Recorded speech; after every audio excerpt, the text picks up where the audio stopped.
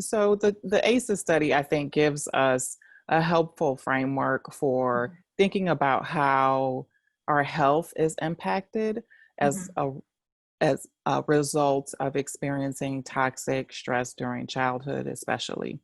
And that study came out of Kaiser in California, a study that was partnered with the Center for Disease Control in the 90s. That's mhm, taken us about 20 years to kind of get our general public aware of. But in that study, more than 17,000 individuals were assessed for their experience of 10 different types of adversity in childhood and how their state of health was in their adult life. The major chronic health concerns um, that were assessed in those individuals were found to be more prevalent if they'd experienced one of the 10 ACEs that were part of that study. They included physical and emotional or sexual abuse, physical or emotional neglect, include mental illness of a caregiver or someone in the household. If there's domestic violence in the household, especially that targeting mom, divorce or separation of those caregivers, those primary caregivers, substance abuse, and incarceration of a family member. mhm. I always like to give the caveat that when we look at the ACEs study, we should always remember that that work was not exhaustive. It is not intended to make a determination for our lives if we've experienced those kinds of things. But in that study of really privileged and resourced people, quite frankly, it was realized that the physical, mental health, um, and the way in which individuals live their lives in adulthood were greatly correlated with the experience of adversity in childhood. And so some of the health conditions that were more prevalent when there Mhm, was an experience of adversity in childhood were included lung disease and cardiovascular diseases like high blood pressure and heart disease, but also mental health conditions like depression, mm, risk for some challenges such as drug abuse and alcohol abuse, promiscuity.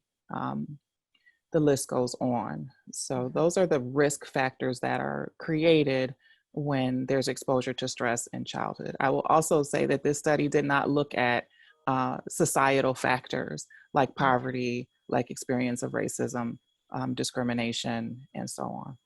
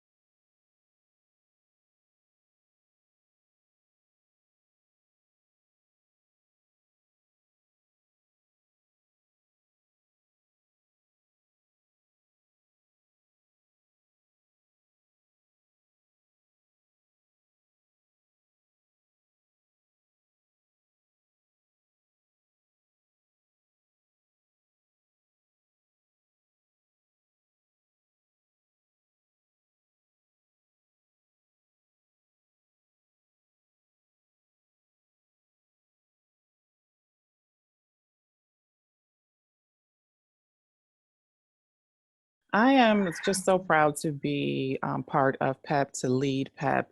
Over the course of my career, PEP has invested deeply in formalizing the framework of trauma-informed care, trauma-informed education for our program, for our kids, and for our staff. I think of PEP as an organization that has the roots in the practice of trauma-informed care, work that started at the organization's founding through this framework of YOD.J, this philosophy of YOD.J, that informed our founders and told those who came under the umbrella of PEP that we believe that every child can learn, regardless of the experiences that they've had, regardless of their disabilities or mental health challenges. Every child has the ability to learn through a relationship with a caring adult, an adult who is trustworthy, an adult who is well-resourced for their own well-being and care, but who's informed and educated and seeking to help children have better lives and believe in their potential. So that's the foundation from which we entered into our work as growing as a trauma-informed institution or organization. We've adopted 2 frameworks, 2 models that support our work, that add the science to the philosophy that drove our work, kind of affirmed this idea that every child can learn, that children need joy, that communities are important, that the group is where children learn best. And those frameworks are the sanctuary model, which drives 7 values that operationalize trauma-informed work, and for us, operationalize the practice and principles of YOD.J. And so those values are social responsibility, emotional intelligence, social learning, nonviolence, growth and change. We believe in this idea that we are to evolve our thinking. We believe in empowering the voice of others through democracy. And so we use these values to drive our work and to drive our thinking about the children that we serve. And then we have felt it necessary to make sure we take care of our staff and attend to their needs, so that these values are not just important to the children that we serve and to us exemplifying in their life, but we as an employer, as a practitioner of trauma-informed care, we have to make sure that we are living these values, that our staff experience them and show up in ways that model for our kids how we should treat one another. And so that has been work that we've been inspired to do by Sanctuary. From here, we've begun to deeply invest in the neurosequential model of therapeutics, which is a framework that, or a model that was developed by Dr. Bruce Perry, a well-renowned psychiatrist and practitioner of trauma-informed practice with young people. And his founding of the Child Trauma Academy also founded and established this model of care that helps us think about how the brain and body are interconnected, and that by tapping into the systems of the body, the sensory experiences of the body and the individual, you can help to heal past experiences. It is not a deficit model, but a strengths-based model that aligns really beautifully with our YOD.J philosophy and gives us practices that we are able to implement with our kids and with ourselves as adults that support healing, that support wellness, and are tied to the brain and how it functions, but also how it develops. And can you cite who conducted that study? So the Child Trauma Academy, now the Neurosequential Model Network, established this neurosequential model of therapeutics. There's an element or a model for education as well. And they've built the body of research that informs these models. And their research kind of builds on what we've learned from neuroscience, brain biology, and child development. So it's an amalgamation, really, of several sectors of teaching and learning that have come together into a single model that is supported by these metrics, these tools we use to better understand children's functioning, and how that functioning is a direct result of where the brain is in the course of development and what the impact of toxic stress, traumatic stress has been on the child's brain in that stage of development. So that the child's functioning informs our understanding of when a child has experienced difficulty, how long and intense and repetitive those experiences have been, and what we might do to support them based on what we know the brain needs during different periods of development.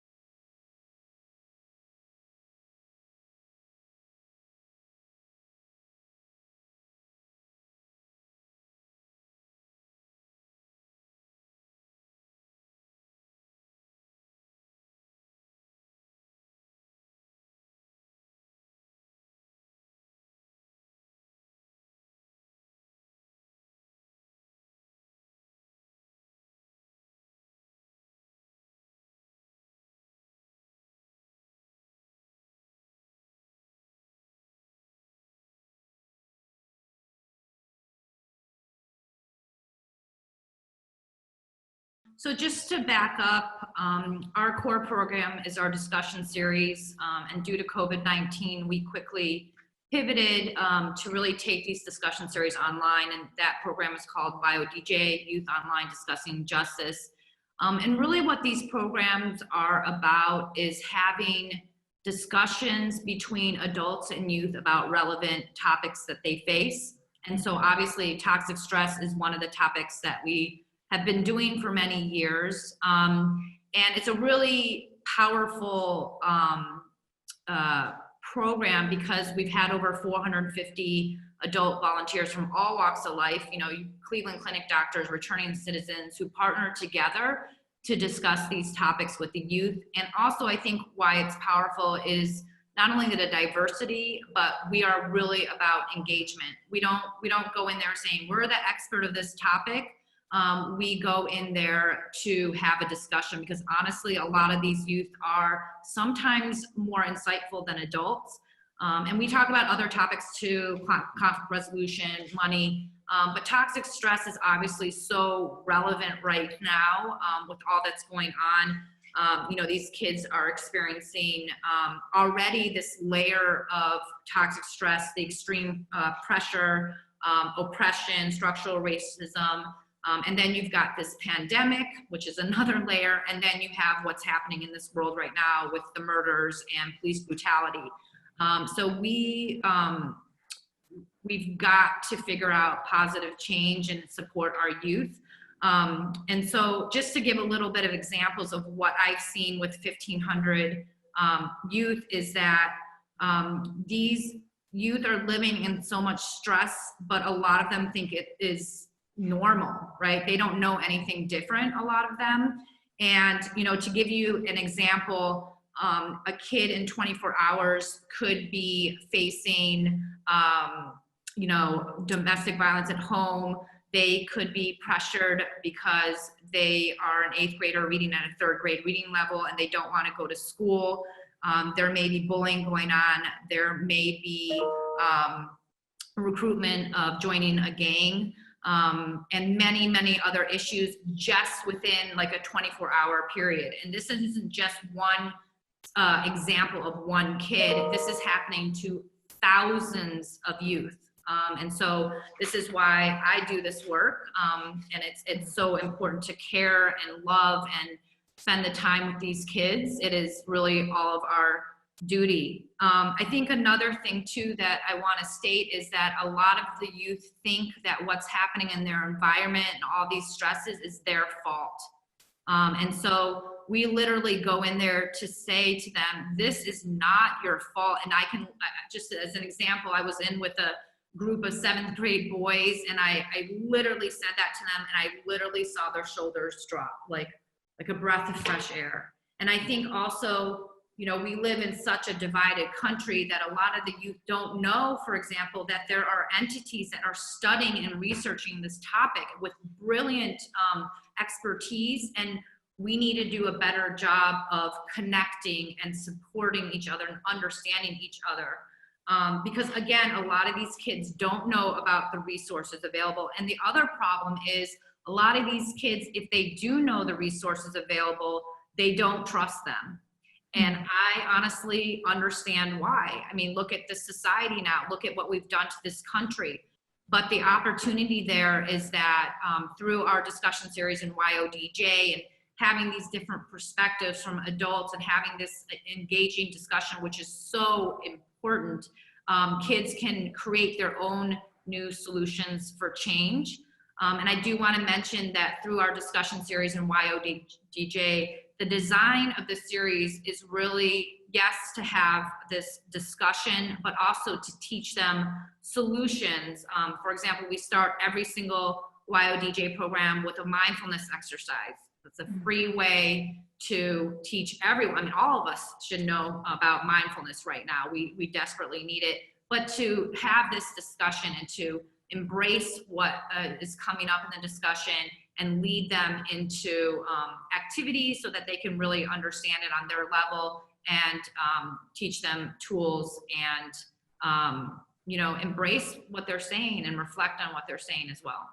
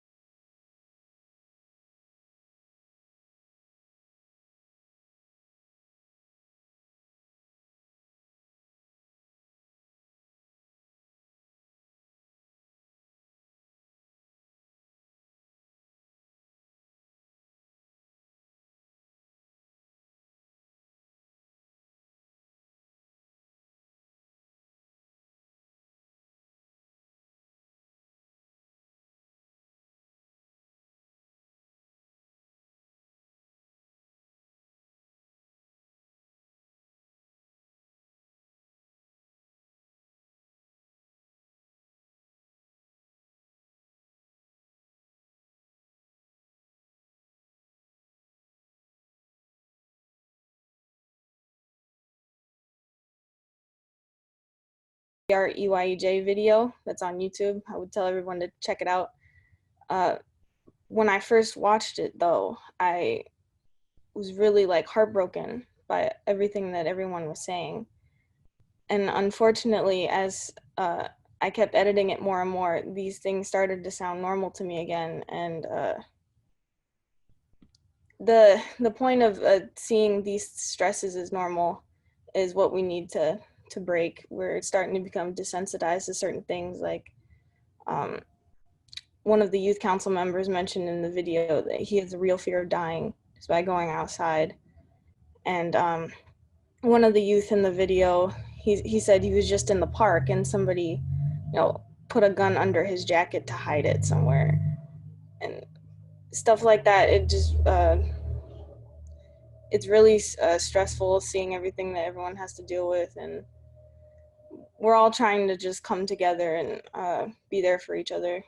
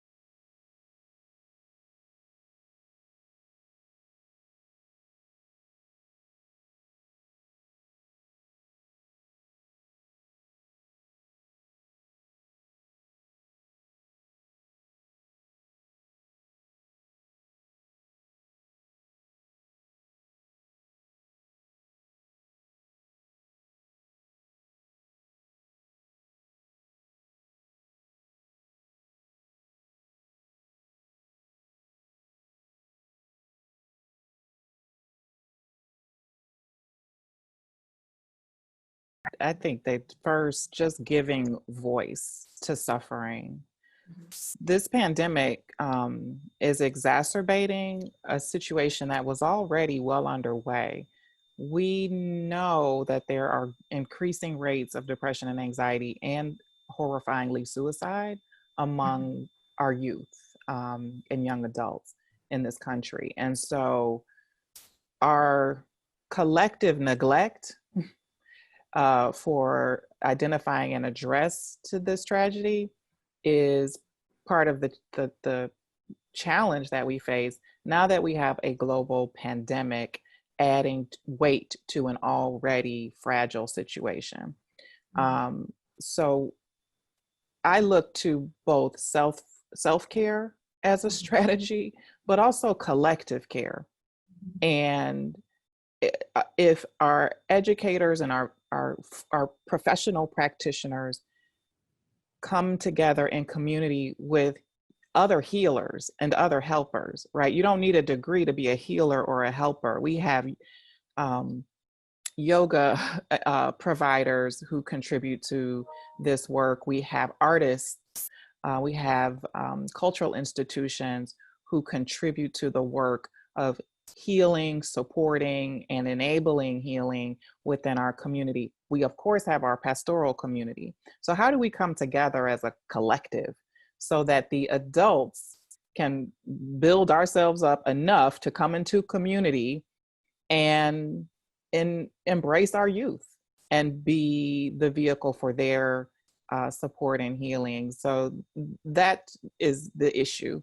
in my view, is adults having the will and the capacity and the resources, both emotional and psychological and intellectual and financial, to come together in community to hold up our youth. They have been suffering. They have been crying out for our compassion and our care and our intervention. And for too long, I feel the nation especially has looked to teachers to fix this issue, have looked to secondarily behavioral health providers to fix the issue. We've not appreciated the healing capacity of other institutions and organizations and helped share the knowledge that we as professionals have in those environments. But we also have not seen this as a shared responsibility. It's not just on our schools. It's not just on child serving agencies. It's not just on our social safety net systems. It's on all of us. For-profit, corporate, government, every sector has a responsibility to hold up this next generation. And we gotta deliver. It's time to deliver. And I'll add on to that. In my opinion, the kids are not crying, they are screaming for help. Like the loudest scream that you could ever hear in your life, in my opinion. And I agree with Habiba that we are a society that we are a blame and point. Look at we sit there, we blame our police, we blame our, we point to our youth. You solve all the problems, and it is our responsibility, starting with me, it is my responsibility, and yes, the community, and we can definitely work together to create solutions. But to Kenyatta, to answer your question, I think why EYEJ has been successful is that, number one, we have to remember that we are all human. We are all human, and going down to that ground level, not about race, not about age, not about socioeconomic background. I think we forget that a lot, and I think that's why EYEJ is successful. And I think the other reason why EYEJ is successful is that we are extremely authentic, and youth are receptive to that, because when you are authentic, you are honest, you are real, you are vulnerable, and that is the only way, in my opinion, to build trust these days, and we need to teach that for sure. Thank you. So I think right now we're going to transition.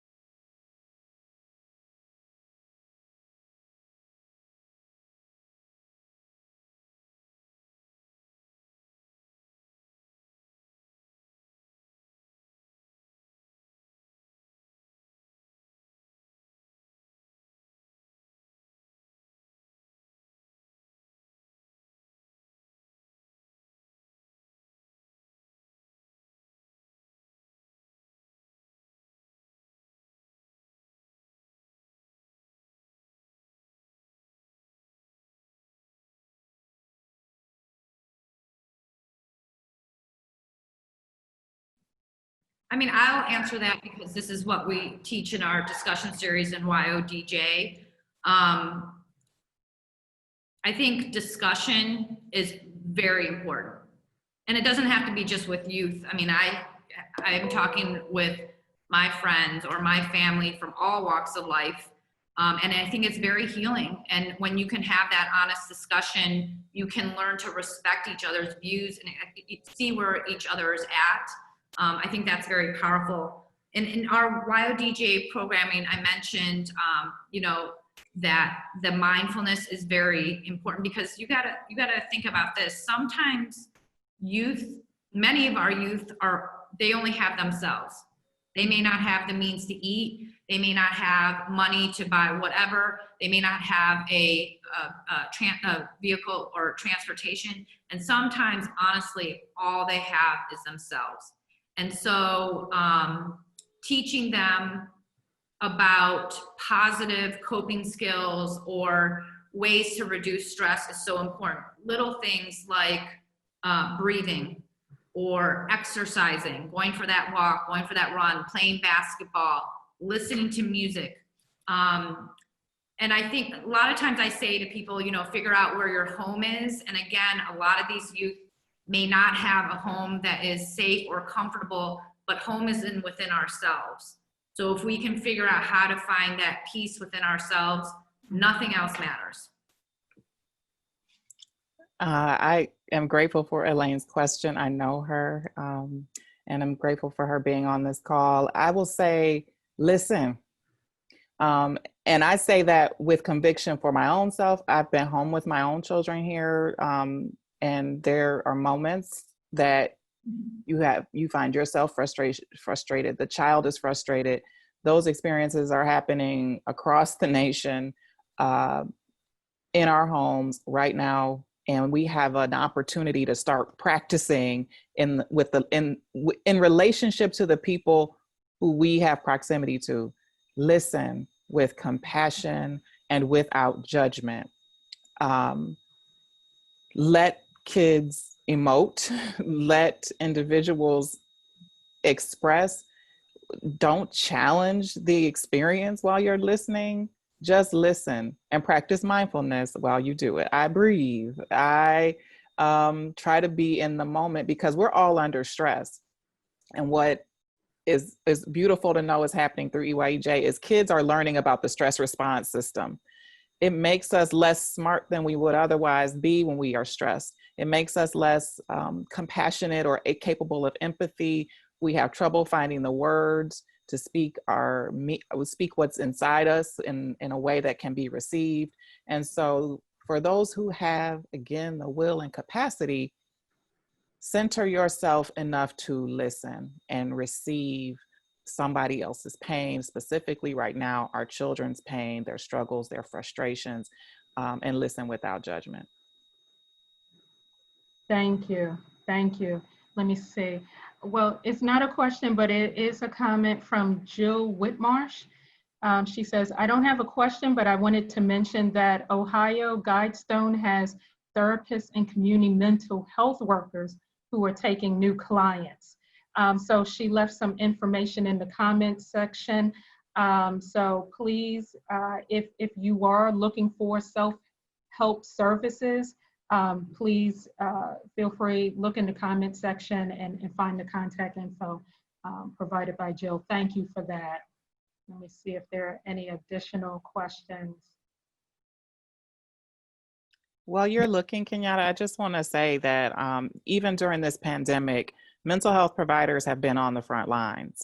Mental health providers were deemed essential. And so organizations like mine, like Ohio Guidestone and others, they have stayed engaged in using telehealth, but also as needed in-person services. And so I echo that sentiment that if you are in trouble and you are struggling because you are alone and there isn't anyone who is either willing or able or present to listen and hear you and use that relationship to be a source of healing, then please do use 211 to identify supports that will be helpful to you as an adult or as a child or young adult. Is so critical to seek that help, especially if you are reaching your fill for all that's going on. What we're enduring right now is extreme. I can't think of a time, there isn't a time in my lifetime where I've seen so much pain being borne by a community, our nation, all at one time, in my lifetime. Now, this nation has a lot of history to deal with, that there has been certain suffering all through our history, but during this time, it feels so unique. Mhm. And just to echo that sentiment, I would say there are also a number of apps. One that I've heard of and people have recommended, PTSD Coach, and that was created by the Veterans Affairs National Center for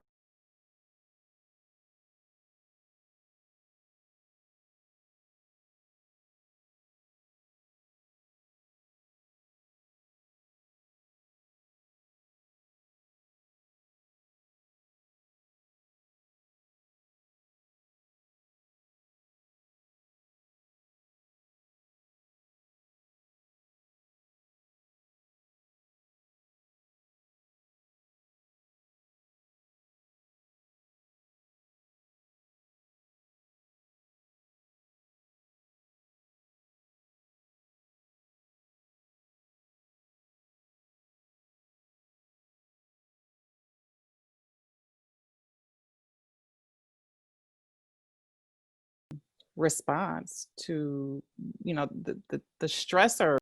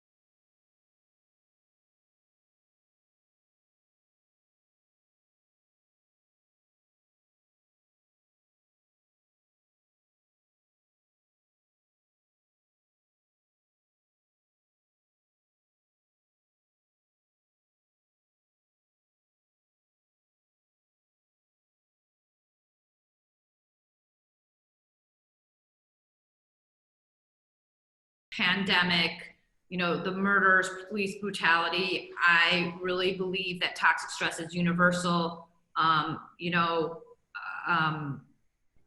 Definitely, no questions asked.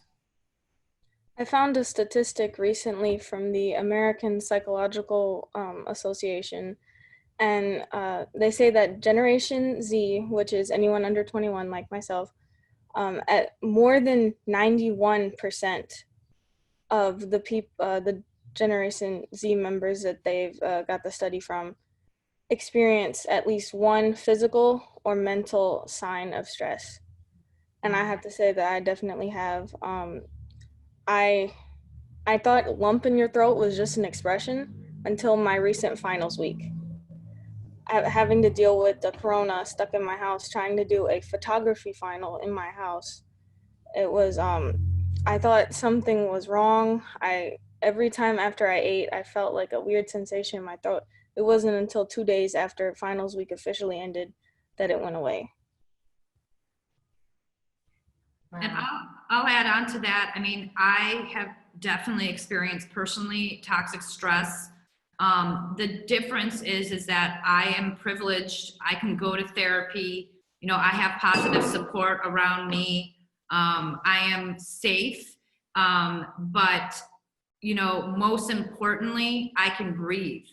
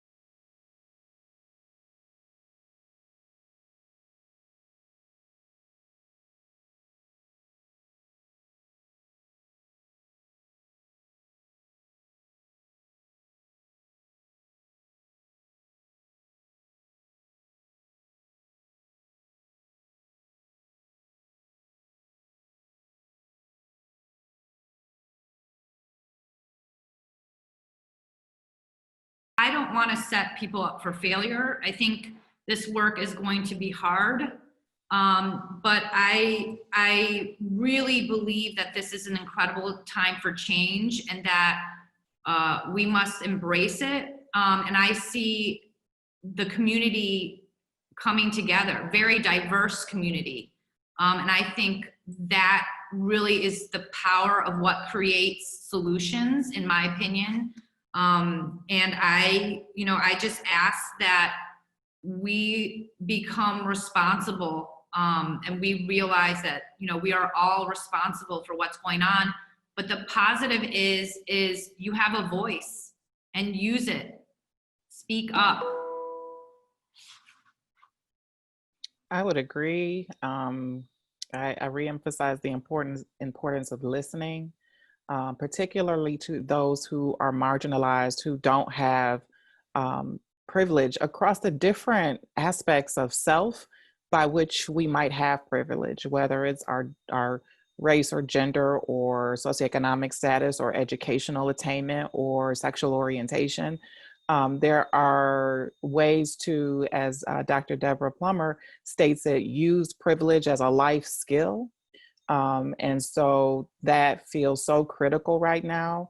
Continue to do what EYEJ is doing, which is to amplify and to empower the voices of our youth. They are the change agents that we need. They are struggling and they are suffering right now in unique ways to what any of us experienced in our young adulthood. And so how do we help to bolster them so that they feel our support and are able to help change our society for the better? And I will say that it feels so critical right now that we move toward an anti-racist way of thinking, being, living, and advocating, and with great intention, breaking down the systems and structures that impede the health and well-being of our entire society. We've all heard the saying about holding a man, you can't hold a man down in a gutter without being in the gutter as well. Our health, our physical and mental health, our socioeconomic conditions, the wellness of our citizens depends on us being able to get up out of the gutter. So we need to do that together.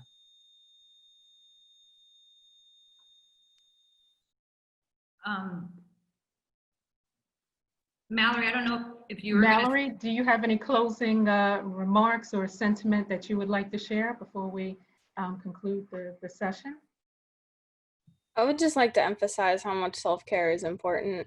Like, I know that's one thing that everyone struggles with. We're always telling other people that they should be taking care of themselves when they say that they're not. We always never think about ourselves.